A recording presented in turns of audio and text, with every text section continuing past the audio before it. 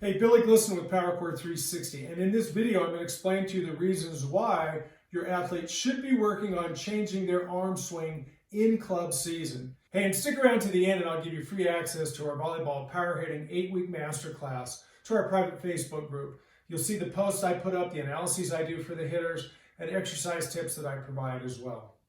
All right, let's get into it.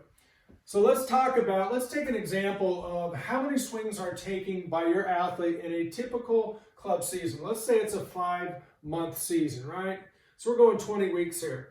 On average, let's just assume that an athlete's taking 50 swings per day, they're practicing 3 days per week, and they're doing that for 20 weeks. That is 3,000 swings in a club season, right? Now, that's on the low end. What if we've got an athlete actually doing 8 months of work, right? Well, we're probably up north around or somewhere around 5,000, 4,800 swings per year. And this does not include the swings they're taking in tournaments, in powers, or anything else. This is just practice time.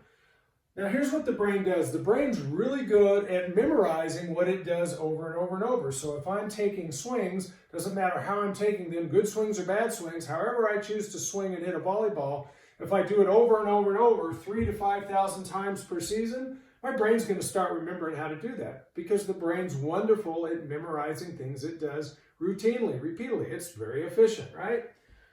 So what's the problem? Well, the problem is this. If I'm trying to make 3,000 to 5,000 swings go away because I've worked them in all season, and now you're saying, well, we're going to work next summer on working on her arm swing, and I'm going to say to you, or his arm swing, and I'm going to say to you, yeah, now you got 3,000 to 5,000 swings, right, that we're going to try to make go away. But here's the problem. It's not like we go to our computer or a desktop or a phone or something else. Let's say you got a desktop computer and you've got a file, a picture, a video, something you don't want anymore. You drag it over to the trash, you hit delete, and it's gone. Well, these 3,000 to 5,000 swings that your athlete took this year or this upcoming club season, unless he or she has a brain injury, a stroke, or something like that, those swings are not going away. The brain is doing its job of storing them in there, so you don't have to think about it, right? What if your athlete does that for 1 season, 2 seasons, 3 seasons? What if they started when they were 9, 10, 12, and now they're 15 or 16 or 17, and you're like, okay, she's having shoulder pain, back pain, she wants to play college, and we just know that the mechanic she's using, this quote high elbow, isn't really working out for her. She's not playing as much, she's not hitting the ball very hard, her shoulder hurts, her back hurts, right, all these things. How do we make these swings go away? Well, here's the reality. You don't. You now have to perform so many swings over and over and over, well beyond the 3,000 per year. You got to make up for that, right? So here's what we've got to do. We've got to actually train in season, right? Because we can't just let 3,000 bad or 5,000 bad swings be created because they're going to get stored. We've got to start this club season and we've got to start changing the arm mechanics so that when she goes to practice, her arm's working, her core's working, her hips are working, her shoulders are working, right? To not only hit the ball harder, but protect the shoulder, the back, and everything else in the process we're trying to protect. All right, one other thing we need to talk about, that's just swings. You notice I got jumps on here as well. Why on earth would we care about the jumps? Because here's the pattern we're trying to create. We know that for us, we teach an athlete to go up. If they're a right-handed hitter, we want their left hand pointing up at the ball. We want this right hand, arm, shoulder, and scap pulling back, rotating back, creating this rotational load into their hips, into their core, and their shoulders, and their rotator cuff, and into their arm. We want this rotational torque being created because it allows you to use more muscles, that gives you more power, and it spreads the isolated forces off the shoulder, spreads them throughout the body. So the athlete long-term, short-term and long-term, can hit the ball much harder and not worry about turning up their shoulder, their back, or something else in the process. What do jumps have to do with that? Well, watch when we jump what happens. If I'm playing in the front row and I'm blocking or I'm jumping up to hit, and I jump like this, look at the arm motion, right? This is the motion we're trying to break of taking both arms up and doing this. Once again, we want the left arm going up. We're teaching the athletes, as you know, to bring the arm back, load into the pec, load into the shoulder correctly, create that rotational load. The jumping motion is this. So if I now take my 3,000 jumps, or maybe it is 5,000 jumps, right? If they're going through an 8-month program, 8-month season, if I start adding these swings, good or bad, to these jumps, and I go from, I've at least got 6,000 motions on the shoulder I've got to try to break. And on a longer season, on an 8-month season, I now probably got close to 10,000 motions of the shoulder we're trying to override, right? So what do we got to do? We've got to change it. We've got to go in season. We've got to start working once again on the right movement pattern. So even though it's tough, even though the body naturally wants to do this, we've got to start teaching the athlete to be aware of how to do this, right? How to open and rotate instead of just arching the back up, wondering why the back hurts, wondering why the shoulder hurts, right? Because the motion we're doing here is not the best way to create that load. It's not the best way to hit hard. It's certainly not the best way to hit and protect your shoulder and your back in the process. So we do strongly encourage athletes to work in season, right?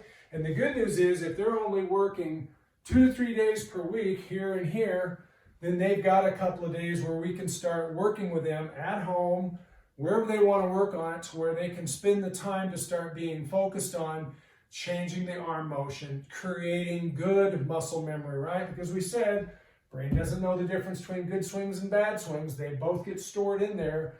Well, let's just do it right. Let's not have to try to go delete swings.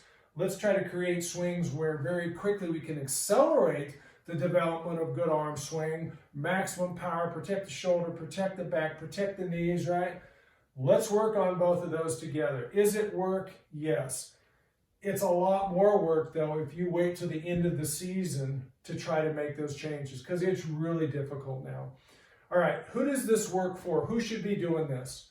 Someone that's playing competitive volleyball and wants to be the best, wants to be world class. Someone that has aspirations of playing college volleyball, right? Especially as a hitter where they're going to be hitting and swinging a lot, who doesn't want to tear up their shoulder, who doesn't want to end up like a lot of the moms that come to us now that played outside hitter collegiately and they now say, I can't raise my hand and arm above my shoulder. Yeah, I could hit the ball hard. Nobody ever told me that doing this was bad for my shoulder. It didn't feel good, but nobody ever told me that now I would have shoulder surgery or a shoulder that's so tore up that I really can't function. We want our athletes to be able to go through their volleyball playing career. We want them to be healthy, obviously, through their career, play at a high level, perform at a high level, and not tear up their shoulder, their back, or their knees in the process. So that for decades throughout their life, they've got a healthy functioning shoulder, back, and knees, right? So to do that, yes, we want them to work in season and do this. All right. So also an athlete that comes and shows up with shoulder pain or back pain, they are candidates. They are telling you after practice, after an event or something, if their shoulder hurts or back hurts, more than likely it's mechanics, and more than likely they've got a high elbow going on and they're arching their back and then piking forward and doing this kind of motion, right? Versus doing what every other rotational sport athlete in the world does. They use their entire body, their big muscles. Arm and shoulder are working, but they're working in addition to the legs, the hips, the butt, the core, the chest, arm and shoulder, all working together to hit harder and tolerate those forces on the shoulder and the back, right? All right, so if your athlete comes home or you watch them and you see them rubbing their shoulder, they got pain on the front top of their shoulder, they've got pain in the back, you see them out on the court and they're doing all this kind of stuff, those are just visual indications that something's going on with their back, something's going on with the shoulder.